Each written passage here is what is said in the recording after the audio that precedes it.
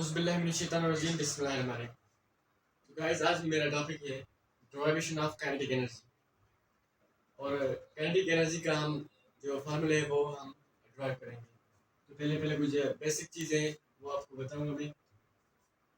देखिए, work is equal to energy. जो भी हम वर्क करते हैं वो एनर्जी के बराबर होता है। वो कैसे? ये देखिए, जब हम किसी चीज़ को फोर्स लगाते हैं तो वहाँ पर डिस्टेंस तय होता है। तो ये कैसे होगा? वर्क की जो हमारा जो फार्मूला है वो है W is equal to F into S. क्या होगा? जब हम किसी को फोर्स लगाएंगे तो उसका डिस्टेंस वो होगा, तय होगा। इसलिए जो भी वर्क होता है उसमें एनर्जी होती है। अब हम बात करते हैं काइनेटिक एनर्जी की, डेरिवेशन की।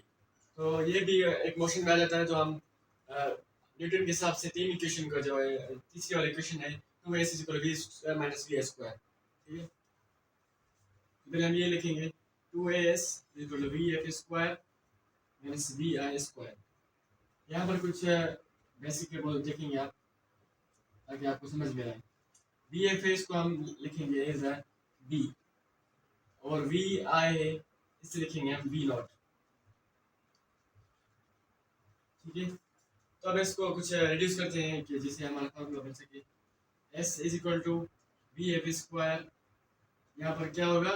मैं गलती करी, यहाँ पर क्या होगा? वी होगा sir, V square minus V not square upon, यहाँ पर ये मल्टीप्लिकेशन में है तो नीचे जाएगा तो ये डिवीजन फॉर्म में आ जाएगा 2a। अब क्या होगा? जो वी नॉट होता है उसकी जो इनिशियल वेलोसिटी होती है किसी भी चीज़ की, वो जीरो हमेशा होती है। तो इसको हम कैंसिल आउट करेंगे, वी स्क्वायर अपान 2a। ठीक है, ये हमारा फार्मूला। तो ये इसको पुटअप करेंगे, इसको वर्क करेंगे वर्क की डेफिनेशन में।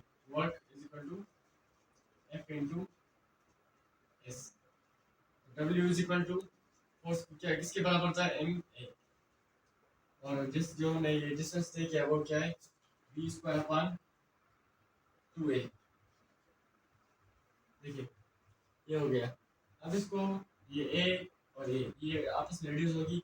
W is equal to M V square upon 2। इसको हम ऐसे लिखेंगे W is equal to 1/2 M V square.